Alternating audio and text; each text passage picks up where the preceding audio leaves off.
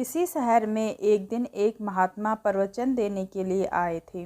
उस महात्मा का प्रवचन सुनने के लिए काफ़ी सारे लोगों की भीड़ जमा हुई थी।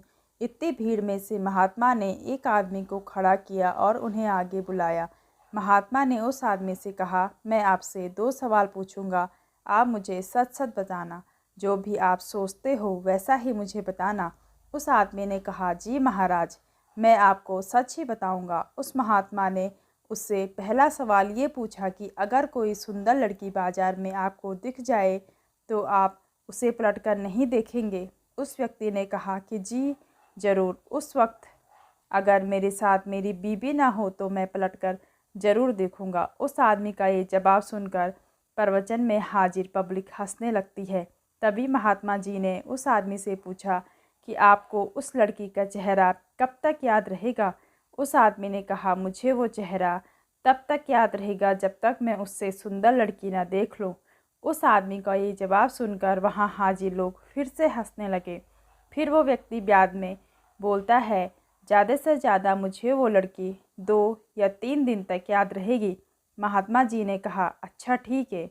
अब मेरा दूसरा सवाल आपसे ये है कि अगर मैं आपको एक उपहार दूँ और आप से कहूँ कि आपको ये उपहार दिल्ली में एक अमीर बिजनेसमैन से में रहता है उसके घर तक पहुंचाना है, तो आप क्या मेरा ये काम करोगे?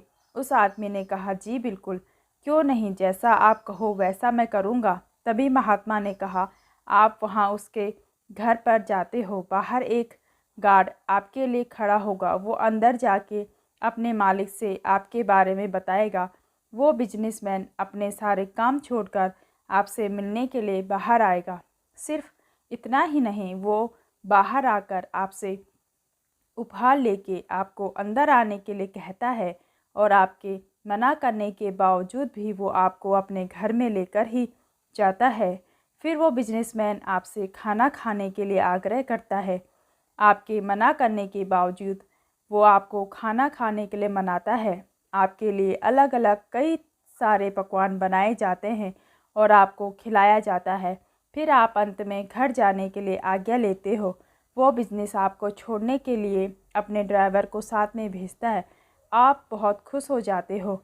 इतना बोलने के बाद महात्मा उस आदमी से पूछते हैं, अब आप बताइए, आपको उस बिजनेसमैन का चेहरा कितने दिनों तक याद रहेगा? उस आदमी ने कहा कि महाराज, मुझे आपका चेहरा ज़िंदगी भर याद रहेगा।